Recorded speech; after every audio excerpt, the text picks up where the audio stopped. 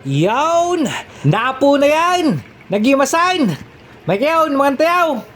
Yo! Basic Mac para sa dosage ninyo ng mga basic tutorials at ngayon magtitinola tayo ng native na manok ng kapitbahay.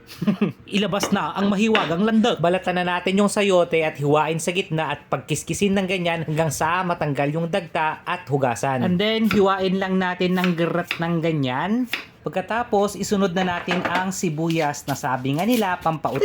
Then, isunod na natin tong bawang gamit tayo ng mortar and pestle na mini also. Pisain lang natin to. And then, magtaon. Agpakaling to pa yung malanggamin. Di na palang gamin nga pinis-ipis itmag. Isunod natin tong luya na laya. Hugasan lang natin ng bugwan ng maigi. Saka natin pisain gamit ng ating mini alsong. Dapat pisang-pisa para lumabas yung katas kasi yun yung nagpapasarap. Sunod natin tong lemongrass na tanglad na barangay flavor. Gamitin natin.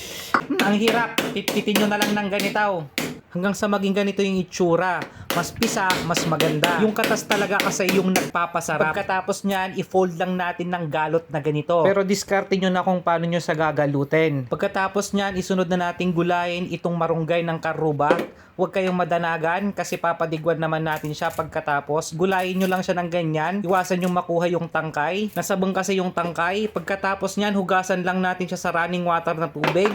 And then, magpainit na tayo ng mantika sa kawali. Igisa natin ang bawang, sibuyas, at saka yung luya. Ilagay na natin agad yan. At ilagay na rin natin ang ating lemongrass na barani flavor. And then, takpan lang natin hanggang sa maluto ang ating mga aromatics. At ilagay na nga natin ang native na manok ng ating kapitbahay. Imekos-mekos lang natin yan. And then, timplahan natin ng patis. And then, monosodium glutamate na betchin flavor, pampalasa. Then, imekos-mekos natin ulit. And then, takpan. Hintayin nating magmantika yung manok kasi doon lumalabas yung lasa. And then, kapag nagisa na nga, maglagay na tayo ng tubig na water. And then, kaluban natin hanggang sa magburek. And then, kapag nagburek na nga, pwede na nating tanggalin yung mga barani flavor.